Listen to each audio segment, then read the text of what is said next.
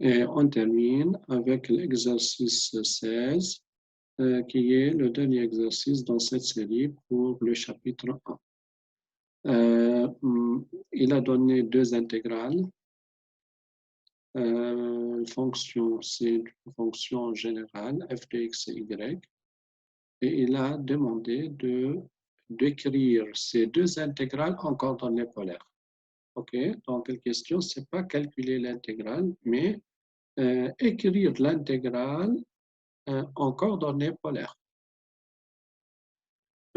Concernant la première intégrale, on va tracer tout d'abord le domaine. Ensuite, on va varier le variable r et θ en faisant le changement de variable en coordonnées polaires. Donc, dans cette intégrale, il fixe x tout d'abord, x entre 0 et 1, et il varie y. Y compris entre radical 1 moins x2 et 1. En faisant fixer x entre 0 et 1, alors au niveau y, si on met une flèche, y va commencer par une flèche verticale, parallèle à l'axe y'. Donc, la flèche va entrer par cercle et va sortir par y égale 1. Donc, par le cercle, on trace le cercle de centre 0, 0 et de rayon 1. Voilà, c'est là. Et va entrer par le cercle et va sortir par y égale 1. Voilà donc le domaine de cette intégrale qui est le domaine H. OK? Alors, pour travailler au niveau polaire, donc il faut vérifier R ou θ concernant l'ensemble de points qui sont dans le domaine. Alors, si on regarde bien, au niveau de R, le R pour ce domaine, ça toujours commence avec cercle, mais va terminer par deux droites, ce n'est pas une seule droite. Donc, par la droite x égale 1 et par la droite y égale 1. Pour le θ qui sont entre 0 et pi sur 4, toujours le flèche, ça va entrer par le cercle, mais ça va sortir par x égale 1. Alors que pour l'ensemble, pour le θ qui est compris entre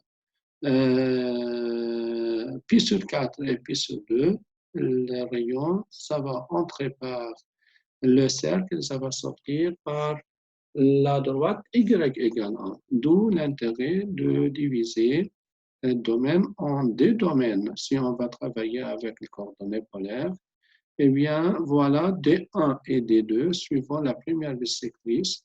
Alors, dans ce cas, le θ pour D1, ça va être entre 0 pi sur 4 et R entre rayon et cercle, c'est-à-dire 1, et la droite x égale 1. X égale 1 en coordonnées polaires, c'est-à-dire R cosinus θ égale 1, c'est-à-dire R égale 1 sur cosinus θ. Voilà, D1. D2, c'est lorsque θ compris entre pi sur 4 et pi sur 2. OK, alors dans ce cas, le R, ça va être entre cercle et Y égale 1. Le Y égale 1 en coordonnées polaires, c'est-à-dire R sinus θ égale 1, c'est-à-dire R égale 1 sur sinus θ. Voilà les deux domaines. Et dans ce cas, I devient la somme de deux intégrales, la première sur 2,1, la deuxième sur 2,2, c'est-à-dire pour 0, entre 0 sur 4 de θ, 1 sur cosinus θ, il y a jacobien qui est f, et on remplace x par r cosinus θ, y par r sinus θ.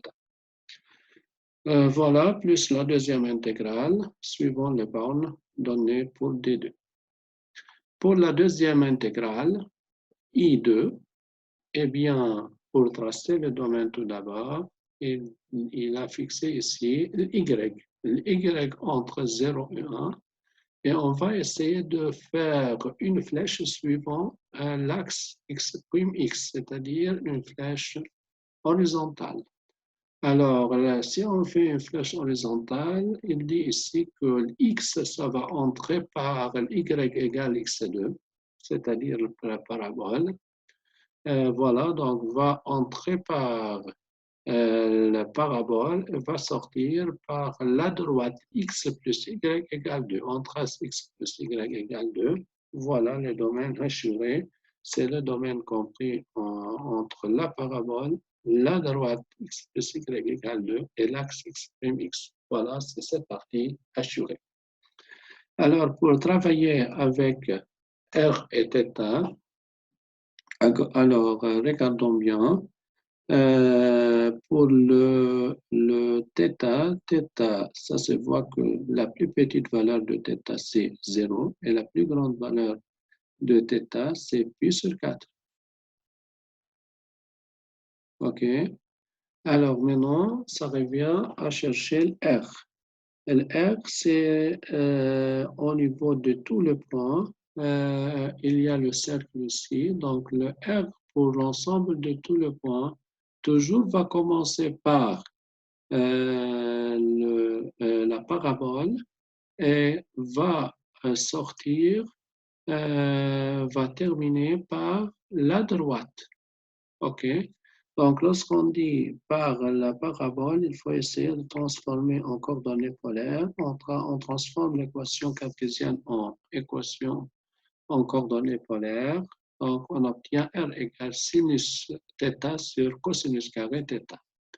Donc, R va commencer par la parabole, c'est-à-dire par sinus θ sur cosinus carré θ, va terminer par la droite. On transforme l'équation cartésienne de cette droite en coordonnées polaires. On obtient R cosinus θ plus sinus θ égale à 2, c'est-à-dire R égale 2 sur cosinus θ plus sinus θ. D'où domaine c'est θ entre 0 pi sur 4 et R entre ces deux valeurs en fonction de θ, et I2 dans ce cas s'écrit sous cette forme. Il y a le jacobien, ici il y a le F qui dépend de R et θ, ou bien on écrit R et θ, ou bien on écrit R cosinus θ, R sinus θ. Mais finalement, le F, ça va dépendre de R et de θ. On peut mettre directement F de R, θ.